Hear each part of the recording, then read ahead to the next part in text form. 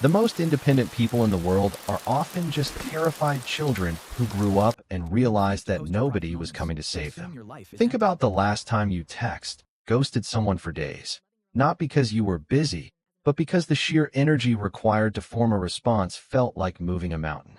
Or the way your stomach drops when your phone rings out of nowhere, and instead of excitement, you feel a sudden, defensive spike of adrenaline. We like to brand this as introversion. We put it on a t-shirt and call it protecting our peace. But let's stop lying to ourselves for a second. There is a massive difference between loving your own company and using isolation as an emotional bomb shelter. If your absolute favorite place in the world is a locked room where no one can perceive you, you aren't just an introvert. You are a highly sophisticated psychological survivalist. You have spent years turning your isolation into an art form, because deep down in your subconscious, human connection doesn't feel like love. It feels like danger. The problem is that society looks at your quiet life and draws all the wrong conclusions. When you reject a party invitation, they call you antisocial. When you refuse to post your private moments on Instagram, they assume your life is empty. If you keep your emotional borders heavily guarded, people label you as cold, stuck up, or emotionally unavailable. We live in a world that is desperately loud. A world that demands you perform your trauma and display your happiness for external validation. But this is the exact point where most people get it completely wrong. They think your preference for being alone is a personality defect that needs to be cured. They treat your silence like a broken machine. But the truth is far more complex. Your hyperindependence is not a flaw. It is a brilliantly engineered, deeply entrenched defense mechanism designed by a childhood that forced you to adapt long before your brain was fully formed. Look closely at your desire to be alone. You were not born avoiding people. You were systematically trained to do so. My name is FILEX, and I spend far too many hours thinking about why humans feel, react, and protect themselves in ways that they sometimes don't even understand themselves. If you have ever felt like you are fundamentally different, hard to understand, or if you are tired of pretending that your heavy armor doesn't hurt, remember to subscribe to the channel and like this video if it helps you see your own reflection a little more clearly.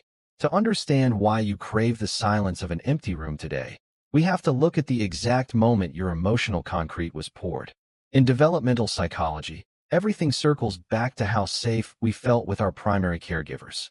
When a child experiences emotional consistency, they learn that reaching out brings comfort. But what happens when closeness feels like a psychological landmine? Imagine a childhood where you had to act like a weather forecaster, constantly scanning the atmosphere of your living room to see which version of your parent you were getting today. One day they are affectionate and warm. The next, for no reason you can comprehend, they are cold, volatile, or entirely checked out. This is the breeding ground for insecure attachment.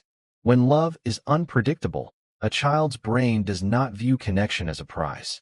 It views connection as a high-stakes gamble.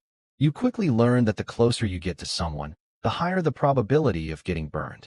So, your young mind builds an invisible radar system. You learn to enjoy people, but only in highly controlled, measured doses. You step back. You maintain an emotional buffer zone. Aloneness becomes your only stable baseline, because a room with just you in it is a room where the rules never change. Then comes the quieter, more insidious shadow, emotional neglect. This doesn't leave bruises, but it alters the nervous system forever. It happens when you cry and are told you are just throwing a tantrum. It happens when you try to voice a deep, childlike fear and get hit with "stop being so dramatic." When a child is repeatedly forced to swallow their own feelings because the adults find them inconvenient, the child stops speaking. They stop expecting. And their brain hardwires a brutal rule. If I want to survive, I must become my own island. When someone texts you a genuine, deep question, you don't answer right away. You let it sit. Why? Because to you, a text message isn't an invitation to chat. It is a demand for your emotional currency. If you grew up in a household thick with unspoken tension, where an explosive argument could erupt over a misplaced plate, your nervous system learned to treat every human interaction as a performance. You aren't just reading a text. You are calculating how to respond without causing conflict, how to manage their expectations, and how to hide your own fatigue. By the time you finish analyzing it, you are completely drained. Silence becomes your oxygen mask. Consider your relationship with social media. While everyone else is busy broadcasting their vacations, their relationships, and their promotions, you choose total digital anonymity. You don't post. You don't share. You stand behind a pane of glass, watching everyone else live their lives while keeping your own world locked in a vault. You choose this because you learned early on that when you show people what you care about, they find a way to criticize it. Your heart learned to practice silence not because you have nothing to say, but because silence is the only weapon that never misses. Now, you might be listening to this and thinking, all right, FILEX, so I had a tough time as a kid. But am I just using my past as a beautiful excuse to be a hermit? Am I just running away because I'm too weak to handle real relationships? Let's be incredibly honest here, because I refuse to give you the cheap, fluffy self-help talk that populates most of the internet. There is a fine line between active healing and psychological avoidance, and we need to look at it with a microscope. When your solitude comes from a place of genuine, healthy boundaries, it feels like an open door. You spend the weekend alone because you want to paint, read, or rest, but the moment a safe, loving person invites you out, your chest doesn't tighten up with panic. You are capable of stepping out because you know you can protect yourself. But when your isolation is driven by your unhealed trauma, it doesn't feel like rest. It feels like an automatic default. It is an invisible, unquestioned reaction. You aren't staying home because you love your apartment. You are staying home because the thought of being judged, misunderstood, or abandoned by someone else makes your heart race. That isn't peace. That is a hostage situation where your fear is holding your life captive. If your version of self-care requires you to completely kill your natural human desire for intimacy, then you haven't built a sanctuary. You have built a fortress, and while that fortress is excellent at keeping out the bad guys, it is also incredibly efficient at suffocating your soul. We have to be brave enough to look at our walls and ask, is this wall keeping me safe, or is it just keeping me lonely? And here is the ultimate psychological truth that changes everything you thought you knew about yourself. The most terrifying thing about your life is not that you prefer to be alone. The truly heartbreaking part is that you were conditioned to believe that you are only valuable when you are invisible, useful, or perfectly silent. Look at the entire map of your behavior. When you connect the dots between the unpredictable parents, the ignored tears, the early maturity, and the hypervigilant nervous system, a chilling realization comes to light. You were not born with a flawed capacity for love.